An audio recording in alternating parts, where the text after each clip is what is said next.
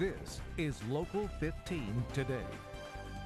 A very good morning to you. I'm Kelly Jones. Thanks for joining us on Local 15 Today. And I'm Darwin Singleton. Today, Wednesday, September 23rd, the first day of fall.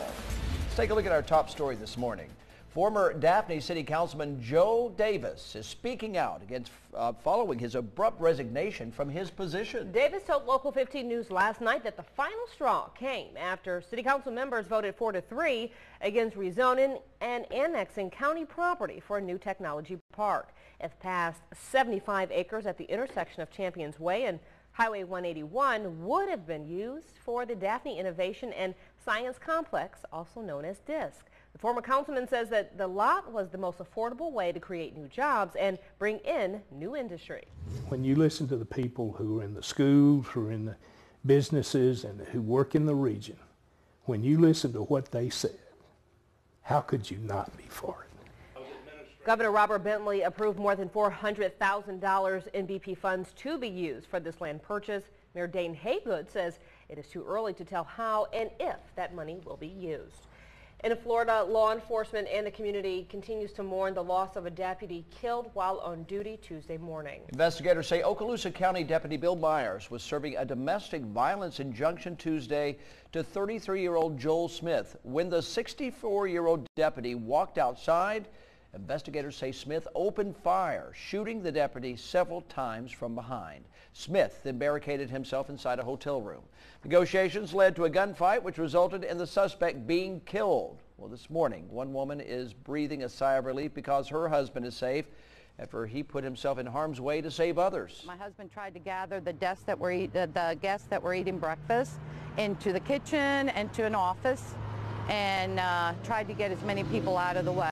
Deputy Myers was a longtime veteran of the Okaloosa County Sheriff's Office. He's survived by his wife and his 3 sons. Time now is 5:02. We are waiting to learn the identity of the homicide victim found dead in Pritchard Tuesday afternoon. Police say one person was shot near the intersection of Main and Parsons Street. So far, no suspects have been named and a motive have not yet been established. Mobile Sheriff's deputies say a man who led them on a high-speed chase Tuesday afternoon was in possession of $10,000 worth of meth and a grenade. The Mobile County Sheriff's Office says this man, Joseph Obrey, sped away during a traffic stop. That chase ended with Obrey crashing his car and police recovering $10,000 worth of meth, 2 guns, drug paraphernalia, and what appeared to be a grenade. Right there. The Sheriff's Office says Obrey was on probation at the time of his arrest. Welcome to fall, everybody. We have arrived, and you know what? We're starting out with a refreshing feel along the Gulf Coast. Take a look at the live pinpoint Doppler, and we're not showing any wet weather on land, but we do have a few small showers well south of Gulf Shores, and these are currently pushing towards the west this morning. Take a look at the temperatures, and we are waking up in the upper 60s for Mobile at the bus stop, 70 at 7 a.m. And at 3 o'clock when the kids walk home, it will be seasonal, mid-80s. Your full forecast coming up. Kelly, thank you. While you were sleeping, the world of baseball lost a legend. New York Yankees icon and Baseball Hall of Famer Yogi Berra has died.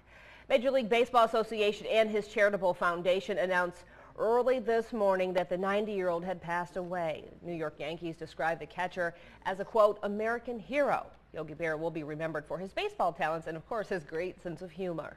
Yogi Berra was 90 years old. I was so surprised that he had the window down. It was just right there that it just spontaneously, I said, hello. In a tiny Fiat 500 economy car, the leader of the Catholic Church rode in a motorcade Tuesday in Washington. It's Pope Francis's first visit to the country since taking on his papal responsibilities. So on tap for today, the Pontiff meets with President Obama about issues like immigration, refugees, global warming, and more. Pope Francis is also celebrating Mass today at Washington's Basilica, where final preparations and security has been, as you can imagine, has been intense. There he is meeting the first family. Catholics who have come to our nation's capital from across the country say that they want to see and hear Pope Francis, who they feel is right now revitalizing the church. Yeah, I think it's just his humility. You know, he's a very humble man. In our 6 a.m. hour, our Megan Gilland is going to join us live from Washington, D.C. with more on the Pontiff's visit to D.C. Later today in our area, the Little Sisters of the Poor in Midtown will host a Pope party for its residents. Tuesday, the group led a prep party in honor of the Pontiff's arrival. Residents made Pope hats and Pope cookies to celebrate the Pope's arrival in the U.S. And Sister Carolyn Martin says the Pope's visit is a much-needed trip. We love him. We love his emphasis on reaching out, going beyond our comfort zone, reaching out and not just giving to the poor, but touching the poor and the needy. This is awesome. She also says our country is plagued with suffering and illness and that the Pope has the power to heal.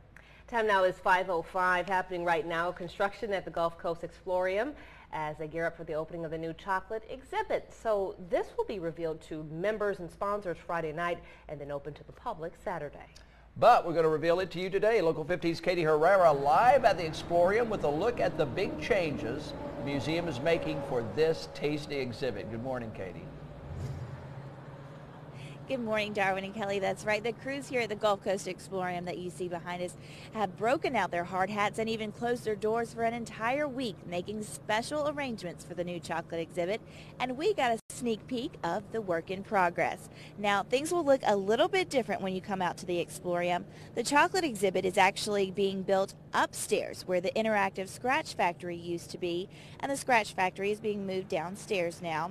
After working for a year to get the chocolate exhibit, it needed the larger space upstairs and open layout to create the winding experience that travels through time and across the globe.